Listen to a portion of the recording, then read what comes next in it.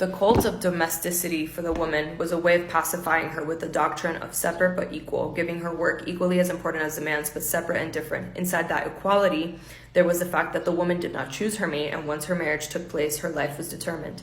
Marriage enchained, and children doubled the chains.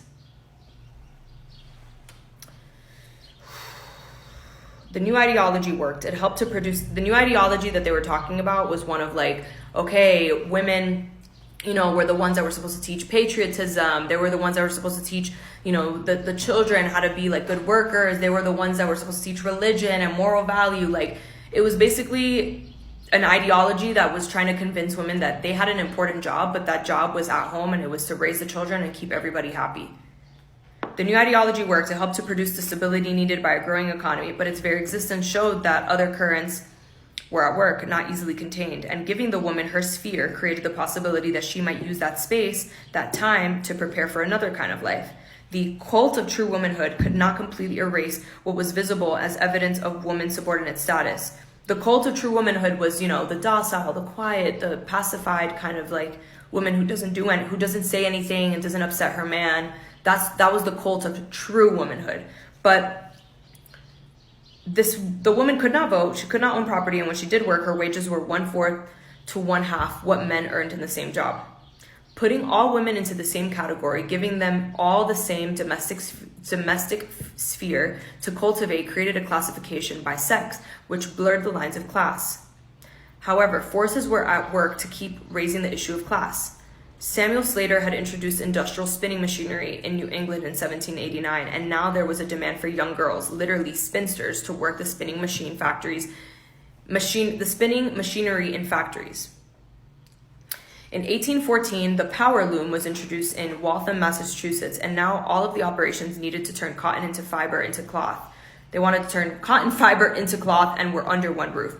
The new textile factories swiftly multiplied, with women 80 to 90% of their operatives. Most of the women were between 15 and 30. Some of the earliest industrial strikes took place in these textile mills in the 1830s. Eleanor Flexner gives figures that suggest why. Women's daily average earnings in 1836 were less than 37.5 cents, and thousands earned 25 cents a day, working 12 to 16 hours a day. In 1824 came the first known strike of women factory workers in Rhode Island. 202 women joined men protesting a wage cut and longer hours, but they met separately. 4 years later, women in Dover, New Hampshire struck alone. And in Lowell, Massachusetts in 1834, when a young woman was fired from her job, other girls left their looms, one of them climbing the town pump and making, according to a newspaper report, a flaming Mary Wollstonecraft speech on the rights of women and the inequities of the moneyed aristocracy, which produced a powerful effect on her auditors, and they determined to have their own way, even if they died for it.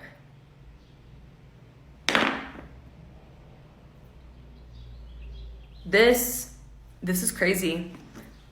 What are we talking about today when women are talking about wages and the fact that the wage gap is still there? This has been present for so freaking long. I don't understand why men just think that you know what? It's just that I think that they just don't care. Men know that this isn't right and that it's not fair and that it's just morally corrupt. And they're like, yeah, we just don't care. Take it or leave it. I hate it.